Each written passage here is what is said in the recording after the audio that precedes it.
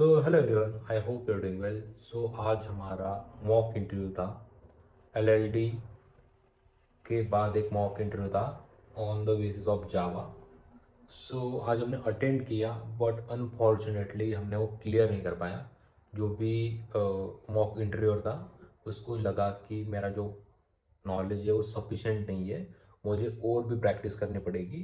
और कौन कौन से क्वेश्चंस उन्होंने पूछे अब हम चेक करने वाले हैं, और क्या फीडबैक हमको मिला वो हम देखने वाले हैं। तो आज हमने मॉक इंटरव्यू अटेंड किया था। अगर हम LLD 2 मॉडल में होते हैं तो उसके बाद हमको एक मॉक इंटरव्यू देना होता है। उसका सिलेबस होता है OOPs concept, solid principles and design patterns and Java के फ्रेमवर्क्स। सो इस बेसिस पे हमने अटेंड किया था, बट अनफॉर्चुनेटली इंटरव्यूअर ने हमको रिजेक्ट कर दिया है। एंड हम देखने वाले हैं कि फीडबैक क्या दिया है इंटरव्यूअर ने। चेक करेंगे तो उसके बाद यहाँ पे हमको व्यू डिटेल्ड फीडबैक। तो हमको जस्ट नॉर्मल क्वेश्चंस पूछे गए थे, बट मैंने भी बहुत सारे क्वेश्चंस का आंसर किया था। बट आई डोंट नो कि जो इंटरव्यूअर था तो उसने मुझे रिजेक्ट कर दिया।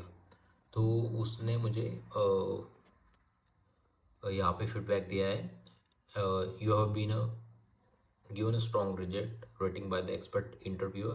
This means that you need to work hard on your skills and so that you can't happening for company interviews. So go through the detailed feedback shares, work on your skill and apply for the interview again. So मुझे फिर से practice करके apply करना पड़ेगा इन companies के लिए। अगर मुझे अप्लाई करना है तो सबसे पहले क्लियर करना पड़ेगा। तो सबके इसमें मुझे 1-1 रेटिंग दिया है।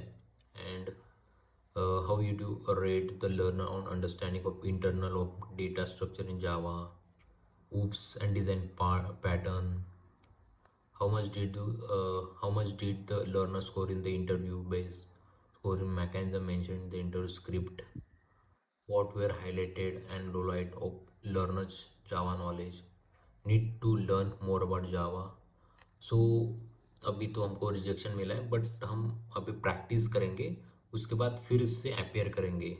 बट हम डेफिनेटली क्लियर ही करेंगे बाद में, बिकॉज अभी हमको पता चला है कि इंटरव्यू कैसे होता है, जावा का कौन कौन से क्वेश्चन पूछते हैं, और हम फिर से ट्राई करके क्लियर करेंगे राउंड।